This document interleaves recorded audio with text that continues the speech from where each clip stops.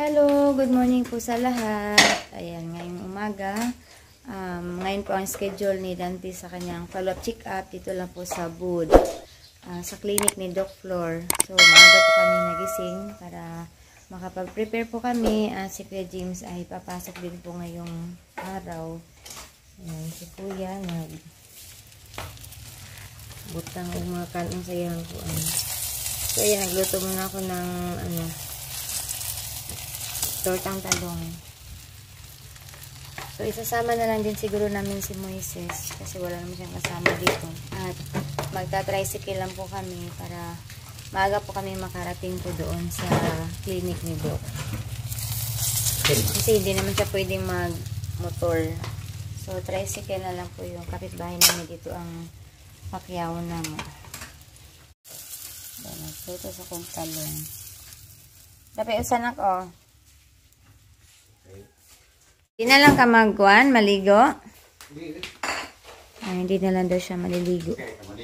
Kasi kahapon pinaliguan ko yun sa CR.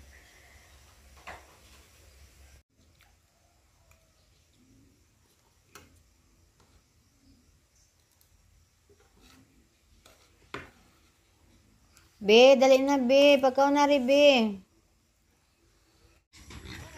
Ayan, si Dante nag-exercise ngayon pa.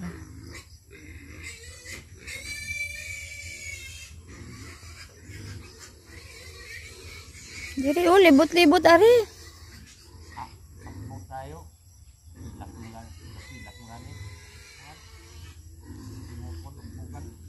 Nag-exercise muna siya daw doon. Ay, maya-maya ay pupunta na po kami sa magpapakuha na lang kami sa carpool ni James. Yung kapitbahay namin sinasakyan ng tricycle. Siya na lang yung sasakyan namin. Kuya ha, inas kuya ha, nato. Mga 8. Okay. Si Moises, nagising din siya ng maaga. Kasi sasama namin siya. Kasi siya lang mag-isa dito. Dahil mo ka anak. Ano na yung paborito ha? O, ba't kang gilutuan na ng biplog? Kaya nag-request kagabi eh. Maikuran mo ng tubigay nga na kuya? O, mahot na rin kag tubig na ito'y kuan. Magkuan ka ha. Maghulog-hulog ka ng piso-piso ha.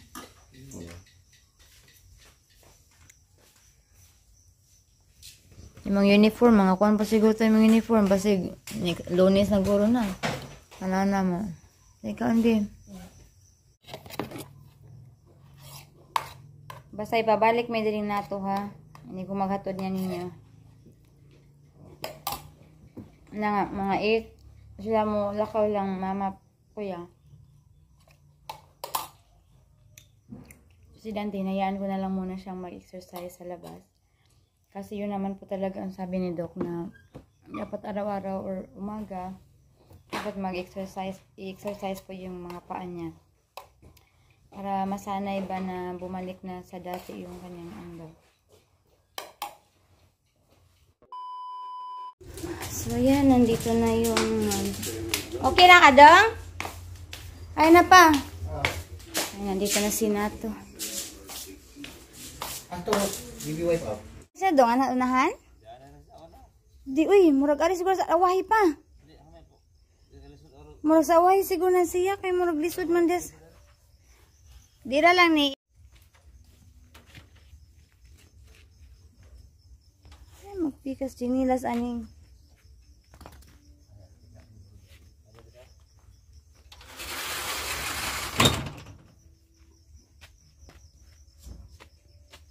Okay ra ka? Di na lang ta magdatong wheelchair. Ano siguro? Ano, okay lang ka na. Ano ka lang dito ko? Yung tapos mama. Ano ko? Okay. Pupunta na kami sa okay ra ka pangguni dadunti ha?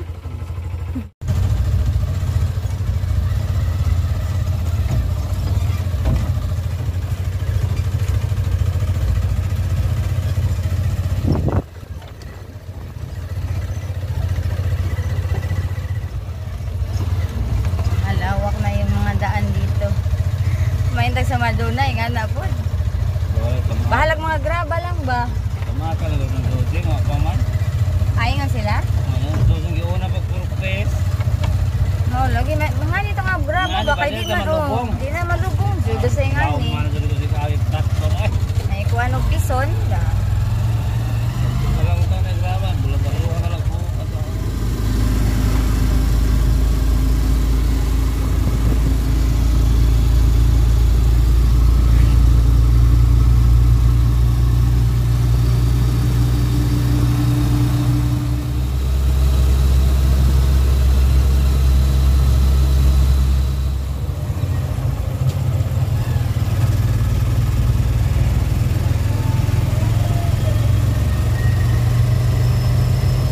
Hinahanapan namin. Hindi na. Karaman kasi una na. Love. Basta na yung marag medic, yan lang kami.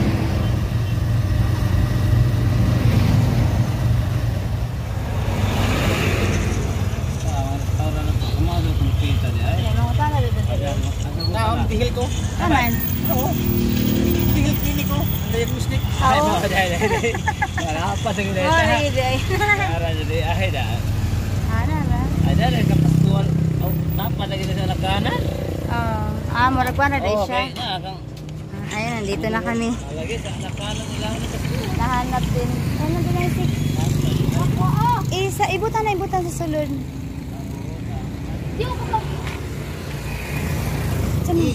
Saan? Sa. Aswata ako kailan. Masing mo kuan. Manasan lang kuan. Isaac!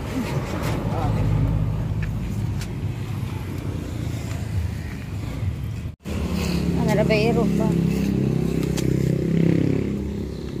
Ito pala yung clinic ni Doc. Yan, nahanap na namin.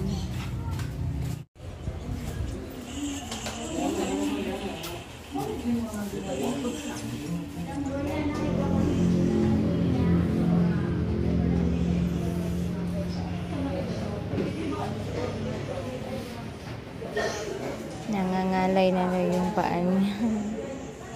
A few moments later.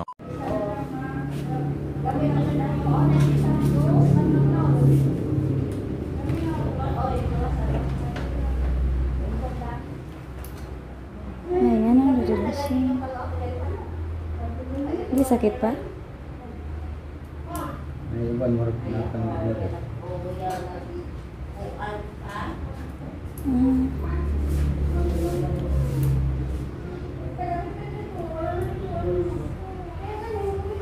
Wala binan ako siya pa yung nagtambal, Dok. Nagkaroon na po mga isipan sa mga. Pero magngulngul kuno kanang ko man inom siya katong katong sa ito. Para pain reliever. Labonang musiguan, musig kuno ngulngul, musig ago. Ang natural raman siguro niya. Bisa pa din yung one sakit sa siya. Hindi mo na tinawag sa uwan. Sakit lagi, Dok. Maganda na talaga na kayo.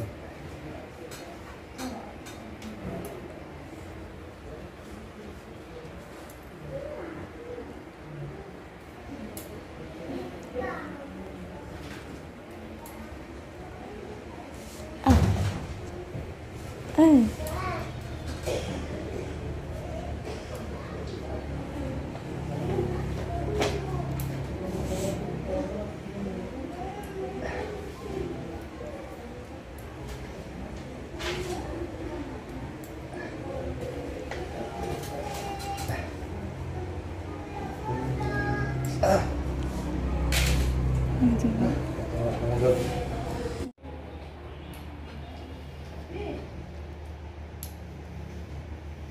Ikaw naman na ni wa makita ko ano.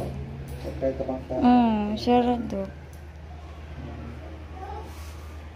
Kusog yung magana din sa iyo. Mao gyud.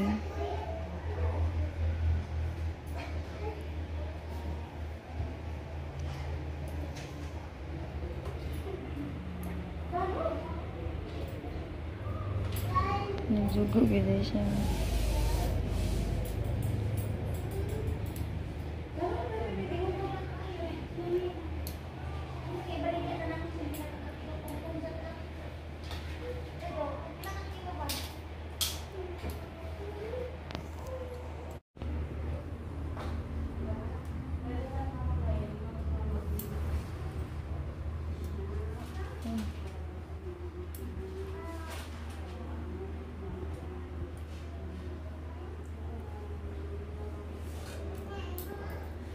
Isa yung dante. Wait lang yung ganti mo. Wala.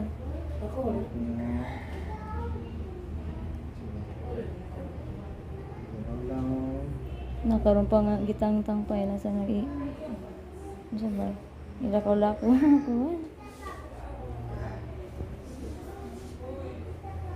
Nang mag-tracing ka na doon, kaya kang unod, marang mag-ngilog-kilog.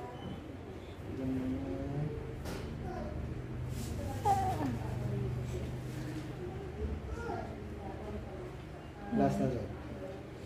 Sige lang last no. Okay. Yay, mama. Kung nga po siya, 5 days nga po.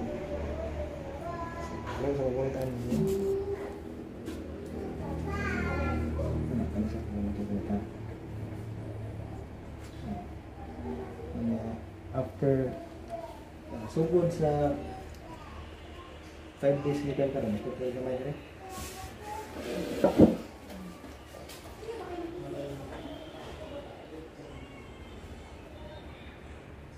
So, kaning duha, duot ha? Ganun. Buyan. Kani duot, kani duot, parang atong tuyo na mapiko nito. Kaning natuod sa isa sa Osaka. Pero kaniyang kwan, di lagi na mabawag ang stainless. Dili mo galing ato ning stainless kay para ligon ang bali nga dili na ta mahadlok na magsugod og exercise. Pero mga tanong sa pa man yung exercise do. Ha? Kamu sugod na kanina to karon?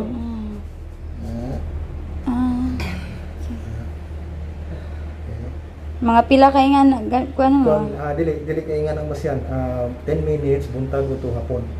Kada adlaw. Okay. Kaya tanawan na imo to no. Ana ra ta mga piko, tanawan na usa ka piko ng pikas tuhod. Halos mo case na gani. Nga nakalayo. Bito. Gwapo atong samat, gwapong operasyon, wala nang infeksyon. Nga ko nun, nga sayang ba na dili mapiko ang tuhod. So muna issue ko na exercise. Dili. Dapat kada semana alcohol. Ano lang? Telepon saka. Na. Sakit yan. Mo rin nangita kog lain tao kay sakit din siya. Kung siya lang, hindi lagi niya tarungon. Ano di man niya tarungon kay? Sakit na. Sakit. Yung lain tao matarong kay ang lain tao di man kamati o sakit. Anyway, magdugang mo kung pain reliever karon. Yung manisugdan na og exercise ha. Okay lang. So ato ang tuyo nga magkanam-anam ni kapiko niya so. Na dapat sa kada adlaw nga pa-exercise makabati kini siya og sakit. Kaya kung dili siya kabati sakit, pasabot ana wala nag-improve or wala ning piko ang inyong tuhod. Sige lang mo balik-balik.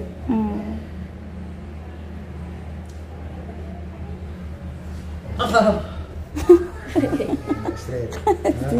Nagpalit ko na niya siya hatong mabot og 10 minutos buntag unto hapon. Kada adlaw. Kaya naray usa ka adlaw nga dili exercise katong tanang humok. Balik na po. Okay? Okay. Na kani siya. Basta maglingkod lang, pwede na nimo itamak. Okay? Pwede na yung anak, basta maglingkod lang.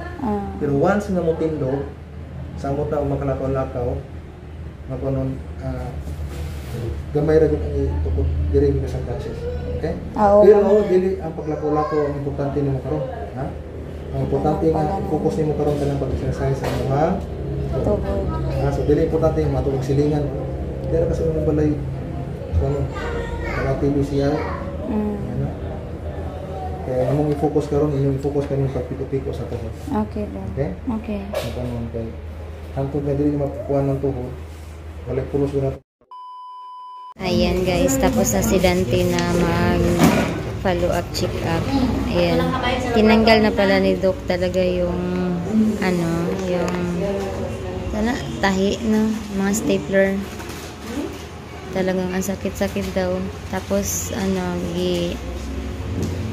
gi-try siya ni Doc ganina o ganang exercise na para ma-fold po yung ano niya, yung tuhod niya. So, ganun ang tinuro ni Doc. I-fold lang talaga namin 3 beses daw sa isang araw. Kira ka pa. Ano, umaga, tanghali, at saka gabi. hanggang sa masanay daw yung paan niya na ano talaga, maparehas na sa kabila ba na pwede na siyang ma-fold. So ngayon, hinihintay na lang namin si Nato, yung tricycle na sinasakyan namin. Guys, pauwi na po kami sa bahay. So, hindi naman kami masyadong matagal doon. Pa naman yung pila. So, at least natanggal na po yung stapler sa sugat ni Dante. Pero nakakaano talaga tingnan kasi dumudugo. Pagtanggal ni Doc, dumudugo. So, tinitiisan daw ni Dante kahit masakit. Pero okay naman daw yung operation niya. Hindi naman daw delikado. Sabi yun dito. Guys, nandito na kami. Hinahinay pa. Lord, sige mo klase. Lunes? Mark, 29. Masa nagbigay mo pliti kong nato? I-abli lang anak.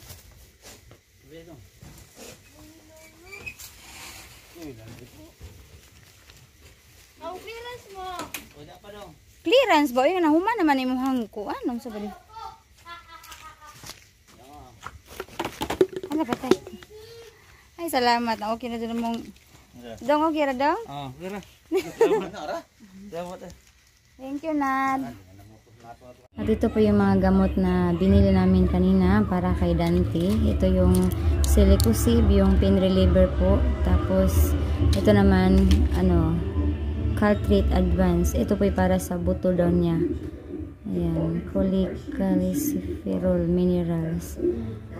So, 60 piraso po ito. Tapos, ito namang Silicosib. Pag hindi daw masyadong makirot, okay lang na hindi siya uminom. Pero pag sobra talagang parang hindi na makaya yung kirot, doon pa daw uminom, sabi ni Doc. So, ito, pain reliever lang po ito. At, yun po, at least na tanggal na po yung ni Dante sa paa, yung mga stapler. Talaga naman kaninang nakakapangilabo talaga pagtanggal ni Doc sa sa stapler niya sa paa. Dumudugo. Kada ganun dumudugo. Parang nakakaano talaga. Ang ba tingnan ba? Pero tiniis ni Dante talagang masakit daw talaga. Pero tiniis lang daw niya kanina. Pero siguro ma-okay na po yun dahil may mga gamot naman po na pinano si Doc. At yun po, tinuruan kami kung paano mag-exercise. Sa ngayon daw, priority po talaga daw ni Dante na i-fold po yung paa niya. Hindi daw priority sa kanya yung maglakad-lakad. Kasi sa ngayon, pwede naman siyang makalakad-lakad naman siya. Pero yun ang sabi ni Doc. Mas importante talaga na ma-fold daw po yung tuhod niya. At next na follow-up check-up na mo ay September 12. So sabi ni Doc, dapat ma-improvement daw po talaga yung sinabi niya na yung tinuro niya sa amin kung paano i-exercise yung tuhod niya na ma-fold. So kahit daw masakit, titiisin basta para may improvement daw po talaga. Yun pa ang sabi ni Doc. So susunod po talaga namin yun. Thanks din dahil sa pagpunta namin doon ay okay naman po yung kalagayan ni Dante kahit naka-tricycle po kami tsaka pag-uwi. So sa ngayon nagpapahinga muna siya doon sa kwarto. Mamaya na lang daw siya kakain kasi pahinga daw muna niya yung kanyang operation. So baka maya-maya ay pakakainin ko na siya ng tanghalian at para mag-exercise po kami mamaya. So, yan po. Hanggang dito na lang po muna ang aming vlog. Maraming salamat po sa inyong panonood at sa lahat po ng mga taong nakikiview po sa aming channel. Thank you so much and God bless po sa lahat. Have a nice day.